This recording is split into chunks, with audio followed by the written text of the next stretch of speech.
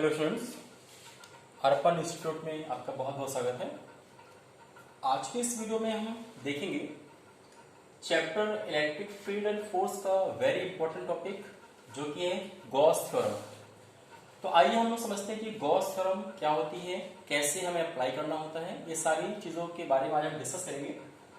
तो आइए सबसे पहले हम ये देखते हैं कि जो गॉस थ्योरम हमारी होती है इसका स्टेटमेंट क्या होता है। तो जैसा कि आपके सामने लिखा हुआ है कि according to this law total flux linked with a close surface, और उस क्लोज सरफेस को हम क्या कहते हैं, गॉसियन सरफेस।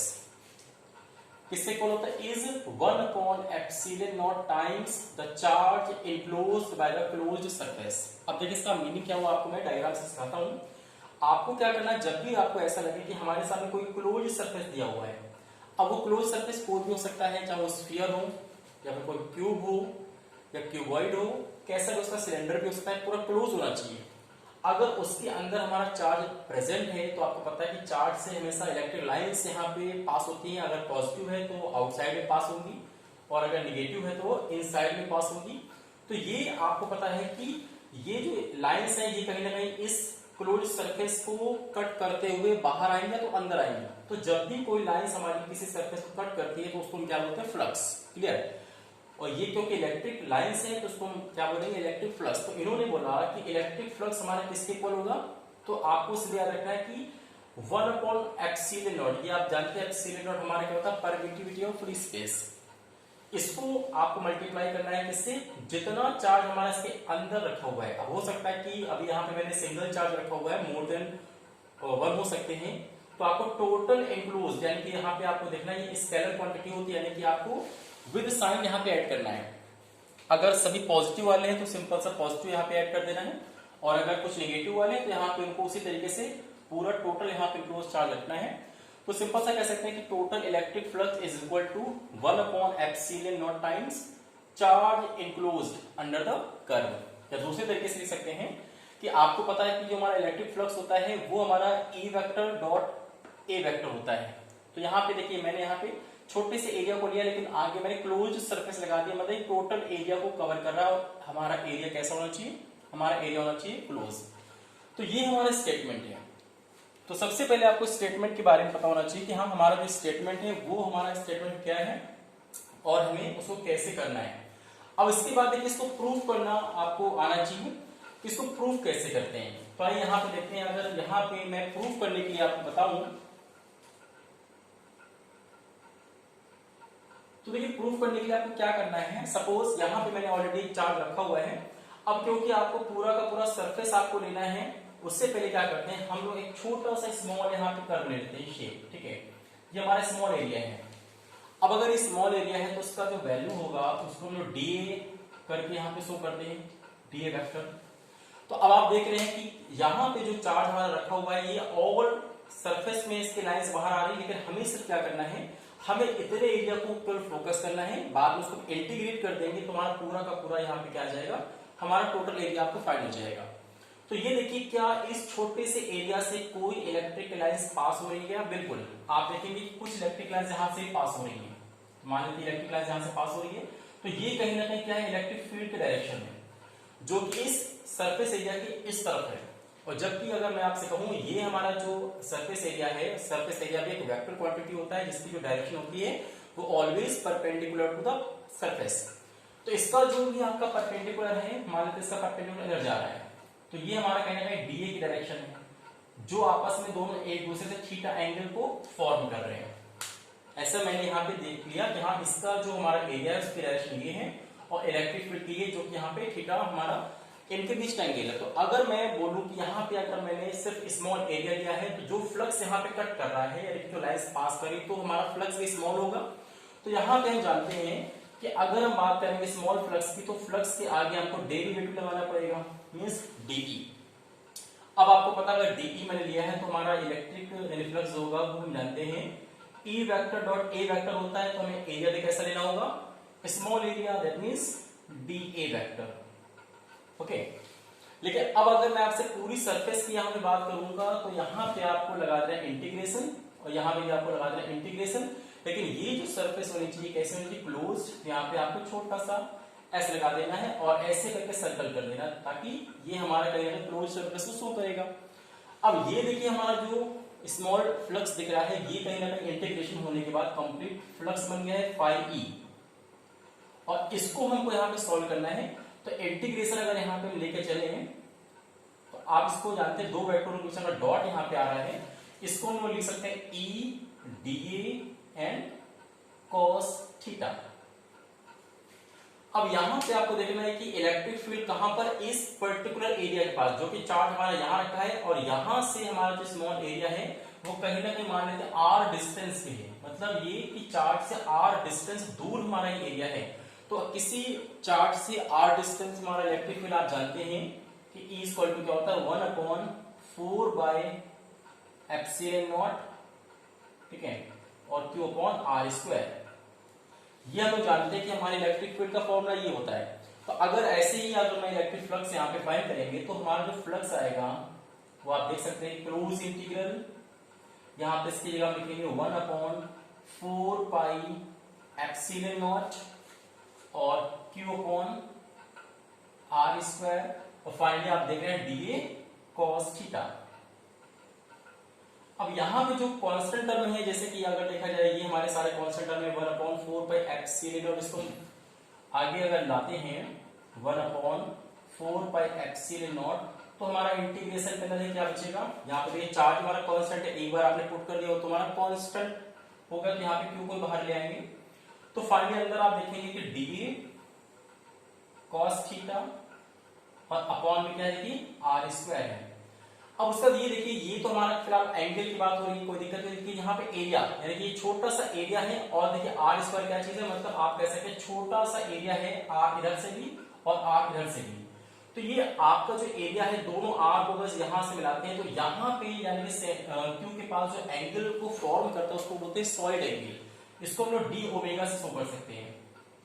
ओके, कि हमारा जो स्मॉल एरिया है और आर स्क्वायर, तो स्मॉल एरिया को आपको दोनों साइड को लेके आना है, इस चार्ट से मिलाना है, जो भी हमारा सेंटर पे एंगल फॉर्म हो रहा है उसको हम क्या बोलेंगे, सॉलिड एंगल।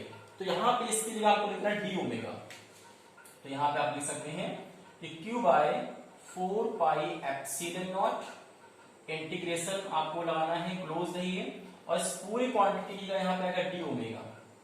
तो आप ये ध्यान दीजिए कि ये जो डी ओमेगा है ये आपका सॉलिड एंगल है, किसका, जो कि स्मॉल एरिया है उसका सॉलिड एंगल है, लेकिन आपको आगे इंटीग्रेशन लगा हुआ है जो कि पूरे के पूरे एरिया को शो कर रहा है।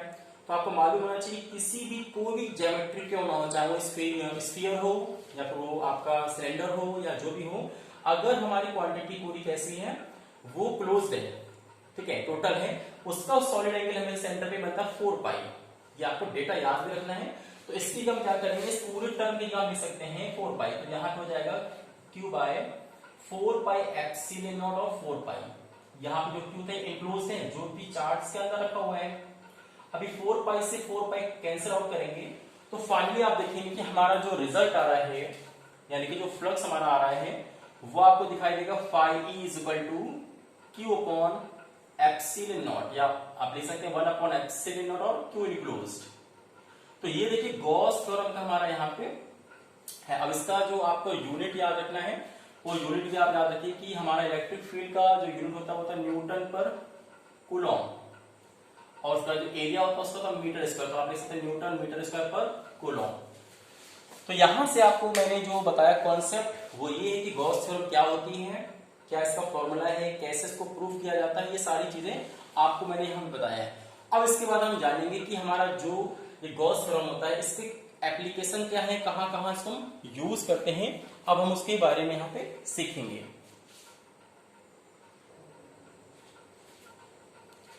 अब इसके बाद देखते हैं कि हमारा नेक्स्ट टॉपिक ये है कि एप्लीकेशन ऑफ गॉस लॉ। अब हमको ये देखना है कि जो गॉस लॉ मैंने आपको समझाया उसकी हम कहां कहां यूज करेंगे। तो देखिए वैसे तो उसके बहुत से यूजेस हैं, आपको पूरे इलेक्ट्रोस्टैटिक में बहुत जगह इसका यूज मिलेगा, लेकिन जो हमारे फर्दर बहुत इंपॉर्टेंट हमारे यूजेस हैं उनमें से यहाँ पे मैं एक करके आपको डिस्कस करूंगा। देखिए फर्स्ट हमारा यूज ये होता है कि find the electric field due to long infinity charged wire. कई बार हमको क्या होता है कि एक लॉन्ग इन्फिनिटी लेंथ का एक वायर दिया होगा, यानी उस पर चार्ज हमारा ऑलरेडी यहाँ पे देना होगा, चार्ज वायर होगा, उसके किसी भी डिस्टेंस पे ठीक है, हमको यहाँ पे इलेक्ट्रिक फील्ड फाइंड करनी होगी। ये पूरा का पूरा कॉन्सेप्ट है, वेरी इंपॉर्टेंट है। उसी तरीके से नेक्स्ट हमारा यहाँ पे एप्लीकेशन है कि find the electric field due to infinity charge surface या फिर शीट।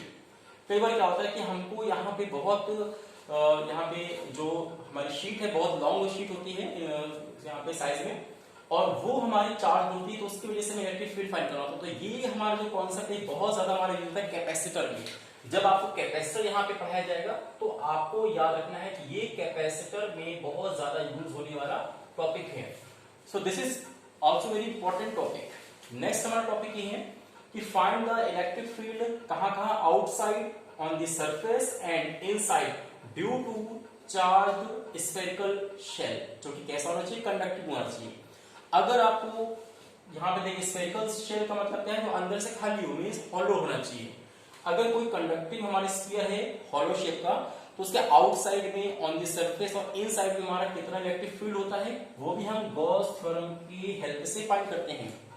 और अगर हम नेक्स्ट बात करें तो फोर्थ भी हमारा ये है कि फाइंड द इलेक्ट्रिक फील्ड कहाँ outside on the surface and inside due to the charge non conducting sphere. तो ये हमारे 4 मैंने यहाँ आपके सामने लिखा हुआ है इसके एप्लीकेशन, और इसके अलावा इससे और भी कई सारे एप्लीकेशन है, लेकिन ये मोस्ट इंपॉर्टेंट है। इनमें आपको नीट के एग्जाम में या जेईई के एग्जाम में आपसे बहुत अच्छे क्वेश्चन यहाँ पे बना करके दिए जाते हैं। तो एक एक जब यहाँ पे टॉपिक हम आपको पढ़ाएंगे, वहां पे मैं आपको बारीकी से समझाऊंगा कि किस वाले टॉपिक में क्या चीजें आती हैं, कैसे उसको हैंडल करना है। ये हमारे गॉस लॉ के यहाँ पे एप्लीकेशन है। तो आई होप आपको ये बात समझ में आ गई होगी कि हाँ क्या क्या यहाँ पे एप्लीकेशन यहाँ पे होते हैं। अब इसके बाद देखिए हमारे यहाँ पे गॉस थ्योरम हमने यहाँ पे कंप्लीट किया और उसके एप्लीकेशंस मैंने आपको बताया। अभी नेक्स्ट हमारा टॉपिक ये है कि इसकी प्रॉब्लम। अब देखिए प्रॉब्लम हमारी बेसिक प्रॉब्लम है, ठीक है। ये छोटी सी प्रॉब्लम कई बार एग्जाम में आ चुकी है, यहाँ तक कि एम्स के एग्जाम में भी ये हमारी प्रॉब्लम्स पूछी जा चुकी है। तो हमको ये देखना है कि इसके मीनिंग को हमें समझना है कि क्या हमारा क्वेश्चन है, कैसे हमको इसको टैकल करना है। तो आइए देखते हैं, कह रहा है कि एन इलेक्ट्रिक चार्ज Q, ये हमारा चार्ज है Q, is placed at the center of a cube of side A। आपको क्या करना है, क्यूब बनाना है जिसका साइड A है। आपको पता है कि क्यूब का हमारा जो भी साइड होता है वो सभी इक्वल होते हैं। तो अब आपको ये एज्यूम कर लेना है कि अगर हमारे सामने यहाँ पे कोई क्यूब बना हुआ है तो उस क्यूब की सभी जो आर्म है वो आपस में बराबर होनी चाहिए। अगर सभी आर्म के बराबर है तो यहाँ पे मैं आपको ये बताना चाहूंगा कि आपको क्यूब के बारे में काफी नॉलेज होना चाहिए। अगर मैं पूछूं यहाँ पे कि टोटल यहाँ पे कितने कॉर्नर्स हैं, देखिए इसी में बहुत से घुमा फिरा के क्वेश्चन आते हैं। किस क्यूब में मैं पूछूं कितने कॉर्नर से, तो आपको देखेंगे कि यहाँ पे पहला, सेकेंड, थर्ड, फोर्थ, ठीक है। और उसी तरीके से 4 कॉर्नर हमारे डाउन है यानी नीचे हैं। टोटल हमारे 8 कॉर्नर्स होते हैं। उसके नेक्स्ट अगर मैं बात करूं कि यहाँ पे टोटल कितने फेसेस हैं, तो देखिए यहाँ पे ऊपर और नीचे वाला, सामने और पीछे वाला और लेफ्ट और राइट, टोटल हमारे 6 फेसेस होते हैं, है ना। तो उसके बाद यहाँ पे आपको देखना, अगर किसी एक आर्म से बात की जा रही है, किसी आर्म से कितना आ रहा है, तो टोटल हमारे यहाँ पे पता है कि हमारी जो भी आर्म होंगी वहां पर देखेंगे 12 आर्म होती है, ठीक है। 1 2 3 4 5 6 7 8 9 10 और 11 और 12, यानी कि टोटल हमारे 12 आर्म होती है। अब ये क्वेश्चन कई बार ऐसा होता है कि आपको कॉर्नर्स के रिलेटेड भी आ सकता है, फेसेस से भी पूछा जा सकता है और आर्म से भी पूछा जा सकता है। तो अब आपको ये पता है क्योंकि ये हमारा क्यूब है और इसके बीच में सेंटर में यहाँ पे आपने चार्ज को रखा हुआ है, तो उस चार्ज का काम है कि उससे हमारी electric field of lines all directions में यहाँ पे निकलेंगी, चाहे कॉर्नर्स हो, चाहे वो लाइंस हो या आर्म हो, हर जगह से आप देख सकते हैं कि कॉर्नर से भी निकल रही है, फेसेस से भी निकल रही है और आर्म को छूते हुए भी निकल रही है। ये देखिए, तो अब आपके सामने क्वेश्चन ये आया है कि an electric charge Q is placed at the centre of A side, यानी सभी का साइड हमारा ए है, cube of A side A, the electric flux on one of its faces. ये देखिए यहाँ पे फेसेस का क्वेश्चन आया हुआ है। कई बार हो सकता है यहाँ पे आर में लिखा हो, कई बार यहाँ पे आपके सामने कॉर्नर से लिखे होंगे, तो आपको कोई दिक्कत नहीं, जो यहाँ पे लिखा है उसी को ही मानना है कि सिर्फ हम उसी को कंसिडर करेंगे। मतलब ये हुआ कि आपसे पता है कि टोटल जो हमारा चार्ज रखा है, इससे जो भी पूरी लाइंस निकल रही है वो आपकी 12 फेसेस से निकल रही है, ऊपर नीचे आमने सामने लेफ्ट राइट 12 फेसेस से निकलेंगे, वो सभी बराबर होंगे। क्यों? क्योंकि यहाँ पे सबका जो लेंथ वो ए है, मतलब ये कह सकते हैं कि ये वाला सभी की लेंथ ए है, तो ये ए स्क्वायर इसका एरिया है, ए स्क्वायर इसका एरिया, ए स्क्वायर इसका एरिया, ये सभी से इक्वल इक्वल हमारा यहाँ पे क्या हो रहा है, यहाँ पे फ्लक्स बाहर आ रहा है। तो यहाँ पे पूछा क्या गया है कि the electric flux of all one of its face, ठीक है, किसी एक फेस से बात कर रहा है। तो अगर मैं आपसे कहूं कि भाई जितना टोटल, आपको मैंने बताया कॉन्सेप्ट अभी गॉस थ्योरम में कि जो टोटल फ्लक्स होता है वो क्या होता है कि 1 अपॉन, यानी अगर ज्योमेट्री क्लोज्ड है, देखिए हमारा जो क्यूब है वो क्लोज्ड है, तो हमारा यहाँ पे गॉस थ्योरम अप्लाई कर सकते हैं। तो यहाँ आपको लिखना है 1 अपॉन एप्सिलॉन नॉट और टोटल चार्ज इंक्लोज, कितना चार्ज इंक्लोज है, क्यू, यहाँ पे आपको क्यू लिख देना है। तो ये आपको ध्यान देना है कि टोटल हमारा फ्लक्स है जो कि पूरी की पूरी सरफेस से बाहर आ रहा है, लेकिन यहाँ पे पूछा क्या गया है, वन ऑफ इट्स फेस, किसी एक फेस से। तो यानी कि हम यहाँ पे बात करेंगे वन ऑफ फेस। अगर किसी एक फेस से बात करेंगे तो टोटल जो भी हमारा फ्लक्स है उससे हम क्या करेंगे, टोटल 6 हमारी फेसेस है, तो यहाँ पे 6 से हमको डिवाइड करना पड़ेगा। ये हमारा आएगा कि किसी एक फेस से। तो अब आपको ऑलरेडी देख लीजिए फ्लक्स हमारा आ चुका है क्यू बाई एप्सिलॉन नॉट, तो यहाँ पे आपको लिखना है कि Q upon epsilon not upon में 6। तो फाइनली हमारा आंसर आएगा कि क्यू अपॉन 6 एप्सिलॉन नॉट। तो ये देखिए हमारा एक रिजल्ट आ गया जो कि ये बता रहा है कि किसी एक फेस से हमारा जो टोटल फ्लक्स आएगा वो होगा क्यू बाई 6 एप्सिलॉन नॉट, जो कि हमारा ऑप्शन नंबर फर्स्ट हमारा करेक्ट हो जाएगा। तो आई होप ये है छोटी सी प्रॉब्लम, लेकिन इसमें काफी क्वेश्चन घुमा फिरा के पूछे जाते हैं। अगर इसी में मैं पूछ देता कि the electric flux on one of its corner, तो कॉर्नर का नाम लेते ही हमारा आंसर क्या था, क्यू बाई 8 एप्सिलॉन नॉट। क्यों? क्योंकि टोटल हमारे कॉर्नर कितने होते हैं, 8 होते हैं। और यही अगर क्वेश्चन पूछा जाता कि वन ऑफ इट्स आर्म, तो आर्म के लिए हमारा आंसर क्या हो जाता, देखिए क्यू अपॉन 12 एप्सिलॉन नॉट, क्योंकि टोटल हमारे आर्म कितनी होती है, वो होती है 12।